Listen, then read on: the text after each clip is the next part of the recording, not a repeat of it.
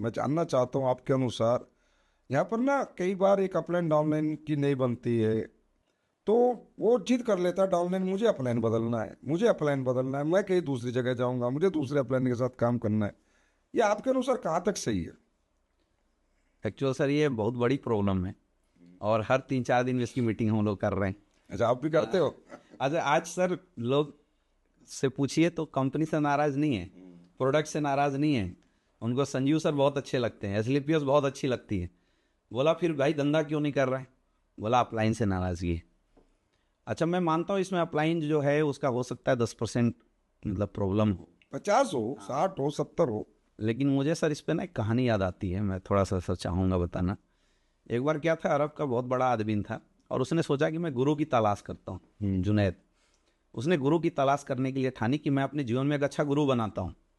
तो वो टहलने लगा, घूमने लगा, सबसे पूछने लगा। तो उसके गांव के बाहर एक फकीर बैठा था और उससे पूछा बता भाई गुरु अच्छा कौन होगा? तो उसने गुरु की कुछ खास क्वालिटी बताई कि भाई गुरु वो होगा जो पीपल के वृक्ष के नीचे बैठा होगा, धुनी रमाए होगा, चंदन लगाए होगा और प्रभु का गुणगान करता होगा, गेरुआ वस्त्र पहना, ऐसे 5-10 क्वालिटी उसने बताया।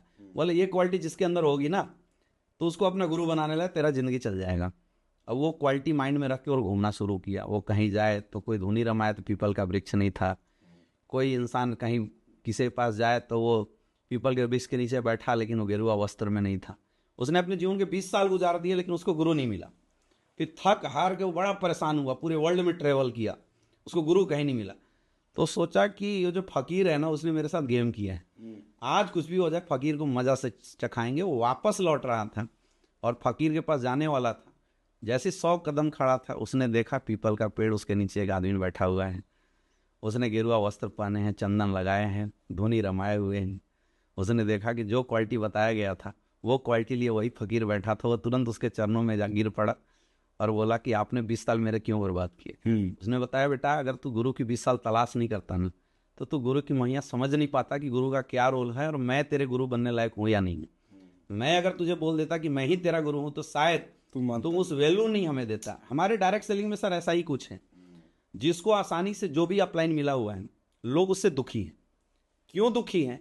क्योंकि लोगों की अपलाइनों से एक्सपेक्टेशन बहुत हाई। ओ थाई एक्स्ट्रा एक्सेप्टेशन। हाँ एक्स्ट्रा एक्सपेक्टेशन है लोगों की।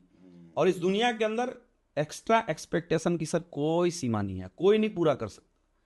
लोग बीवी से नाराज क्यों होते हैं? क्योंकि बीवी के प्रति एक्स्ट्रा एक्सपेक्टेशन है कि भाई घर जाएंगे तो जूता उतारेगी, खाना देगी, जो कि नहीं होता तो लोग नाराज होते हैं। यहाँ भी हमारे यहाँ अपलाइनों से बड़ी एक्सपेक्टेशन है लोगों की।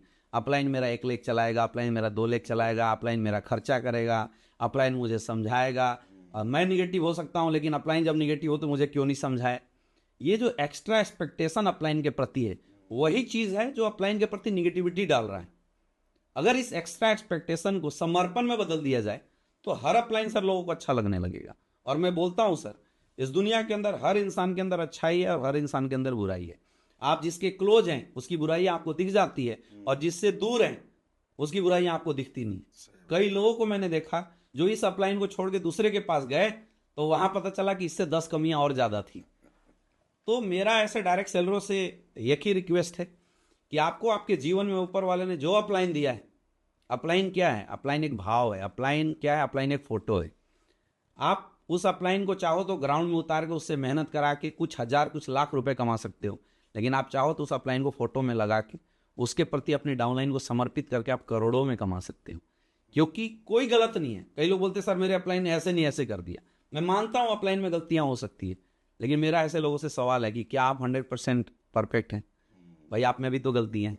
एक अपलाइन की 4 गलतियां अगर आपसे छुप नहीं रही है तो सोचिए आपकी डाउनलाइन आपकी 40 गलतियों को कैसे एक्सेप्ट करेगी?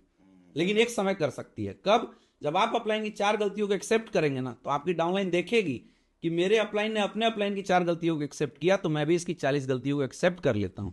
उसके बाद जो सर एक सिस्टम बनेगा, एक रिलेशन बनेगा अपलाइन डाउनलाइन का, वो रिलेशन सर इतना मजबूत होगा। और मैंने तो देखा है सर अपलाइन की जरूरत कुछ ही रैंक तक होती है। मुझे सर सच बता रहा हूँ, मुझे 1.5-2 साल से अपलाइन की जरूरत सिर्फ फोन पे पड़ती है। और ग्राउंड में सर मैं कभी नहीं बोलता सर यहाँ आइए वहाँ जाइए। 6-6 महीने में सर हमारी मुलाकात अपलाइन से होती है, फिर भी धंधा बहुत अच्छा चल रहा है क्योंकि हमने अपनी टीम के अंदर अपलाइन को प्रमोट किया है, यूज नहीं किया।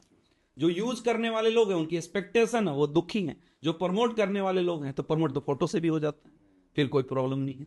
नहीं, और एक और चीज है सर कि एक बार जैसे जो टीम हमने बनाया, अगर उसकी स्ट्रक्चर को अगर एक बार आप खराब कर देते हो दोबारा शुरुआत करने के चक्कर में, फिर से दोबारा इस बात की कोई गारंटी नहीं कि सही बनेगा। इसमें क्या है अमित दुबे जी, बिल्कुल आप सही कह रही हैं ना। और अपलाइन में कमियां हो सकती हैं, कमियां तो हमारे पिता में भी होती हैं जिन्होंने हमें पैदा किया है, तो उनको छोड़ के कौन सा हम घर छोड़ के निकल जाते हैं।